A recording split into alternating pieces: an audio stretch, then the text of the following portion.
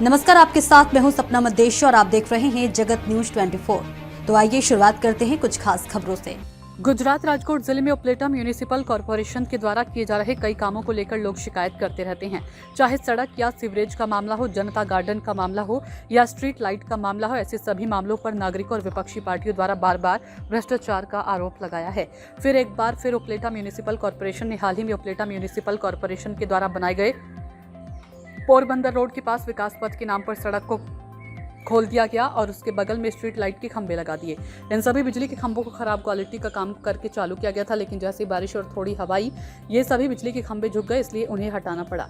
ऐसे खराब क्वालिटी के काम के कारण उपलेटा शहर के लोगों और कांग्रेस ने म्यूनिसिपैलिटी एमएलए और एमपी सहित अधिकारियों पर भ्रष्टाचार के आरोप लगाए।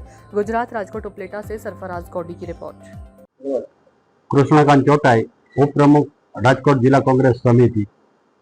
ઉપલેટા નગરપાલિકા જાણે કે છેલ્લા 15 વર્ષથી આ ભ્રષ્ટાચારનો અડ્ડો બની ગયો હોય એમ દર મહિને કાંઈક ને કાંઈક ભ્રષ્ટાચારના બનાવો છાસવારે બહાર આવે છે।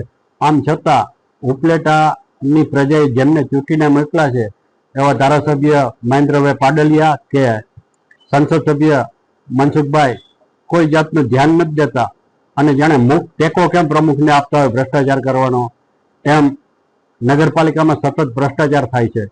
3 મહિના પહેલા જ પોરબંદર રોડને વિકાસ પથને નામે કૃષ્ણા ઓઇલ કે ચોકથી લઈ અને છેક બાયપાસ સુધીનો રોડ બનાવ્યો। આ રોડને વિકાસ પથનું નામ રાજ્ય સરકાર દ્વારા આપવામાં આવ્યું।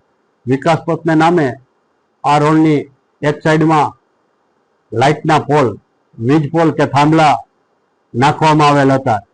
ખરેખર તો જ્યારે થાંભલા નાખે ત્યારે જમીનમાં એનું ફાઉન્ડેશન ભરી અને એની ઉપર નટબોલ્ટથી આ થાંભલા ફિટ કરવાના હોય, પણ ભ્રષ્ટાચાર કરવાનો જેમ ખુલ્લો નગરપાલિકાને ટેકો આપી દીધો હોય એમ સીધા જ થાંભલા જમીનમાં ખોડી દીધા અને પહેલો જ વરસાદ થતા આ થાંભલા નીચા પડી જતા આપ જોઈ શકો છો તસવીરમાં ચારે બાજુ થાંભલાની લાઈન છે।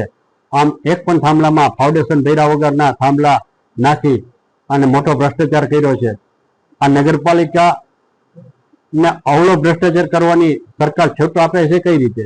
લોકો ત્રાહિમામ પોકારી ગયા છે, પણ તંત્ર પાસે લોકોનું કઈ ચાલતું નથી અને લોકો મુખ સાક્ષી બની અને જોઈ રાખે છે। એવું નથી, હકીકતમાં ફાઉન્ડેશન જે છે એ એસ્ટિમેટ મુજબના જે ફાઉન્ડેશન ભરેલા છે ત્યાં બ્લેક સોઇલ હોવાને લીધે ફાઉન્ડેશનની હાઈટ જે નિયમાનુસારની હોવા છતાં એક બે વાહનની ટક્કર લાગવાને કારણે થાંભલા નમી ગયેલું હોય, તેની અત્રેની કચેરીએ જાણ થતાં અત્રેથી તરત કોન્ટ્રાક્ટરને જાણ કરવામાં આવેલ હતી અને તેમને આ જે ફાઉન્ડેશનનો ઇસ્યુ આવેલ છે તો એમને ઊંડા અને પહોળા ફાઉન્ડેશન કરવાની સૂચના આપવામાં આવેલ છે, જે હોય એ કોન્ટ્રાક્ટર દ્વારા અત્યારે કામગીરી સ્ટાર્ટ કરવામાં આવેલ છે। જો કોન્ટ્રાક્ટ જવાબ નહીં દે તો એની આગળ ક્યારે હું શું કરું? તો એની ડિપોઝિટમાંથી આપણે રકમ કટ કરી બ્લેકલિસ્ટ સુધીની કાર્યવાહી કરવાની હાથ ધરવામાં આવશે। ऐसे ही अपडेट्स के लिए देखते रहें जगत न्यूज 24 और हाँ, हमारे चैनल को लाइक, शेयर और सब्सक्राइब करना बिल्कुल ना भूलें।